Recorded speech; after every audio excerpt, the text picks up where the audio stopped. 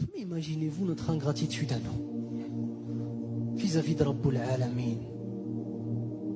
Ikhwan, hna awlad França. Nous, on est des enfants de la France. Il y en a parmi vous qui sont des musulmans d'origine. Il y en a parmi nous qui sont des convertis à l'islam. Proportionnellement parlant et mathématiquement parlant, c'est quasiment impossible que vous soyez là ce soir et que moi je sois là ce soir. On a grandi au milieu du kufr, de l'ma'asi, de la désobéissance. Kramakum Allah, des drogues, de la musique, Kramakum Allah, des femmes. Et pareil pour les sœurs. On a grandi au milieu de ça. Allah Azza wa Jalla est parti nous chercher tout là-bas. Fi dhulumatil ma'asi.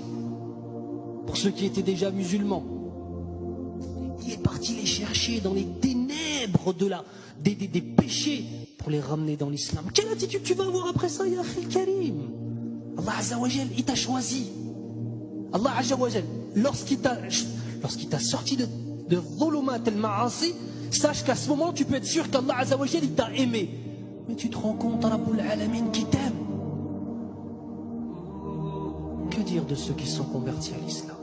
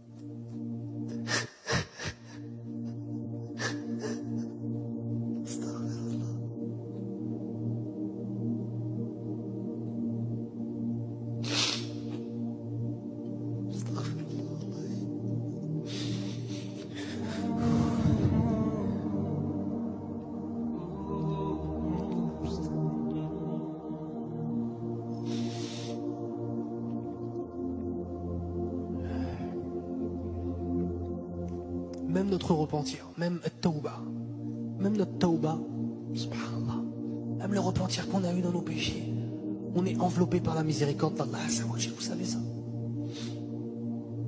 Comment est-ce que la tawba est venue dans nos cœurs? Comment? C'est Allah subhanahu wa ta'ala qui a mis dans nos cœurs la volonté de nous repentir. Regardez, ça émane de qui? Ça émane de Rabbul Alamin. Puis ensuite Allah il met le tawfiq, la réussite.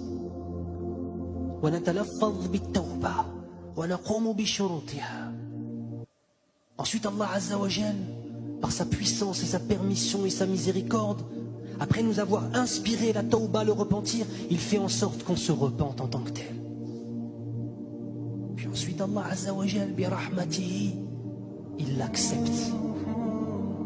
Puis ensuite Allah subhanahu wa ta'ala, bi rahmatihi al-wasi'a al-'azima, il va nous récompenser pour cette tawba. Dans quelle dimension on vit? Dans quoi on est en train de vivre? On est dans un film dans nos têtes. On oublie la réalité de ce monde, la réalité de ce monde. كما قال النبي صلى الله عليه وسلم إني إلا كراكب استظل تحت شجرة ثم راح وتركها.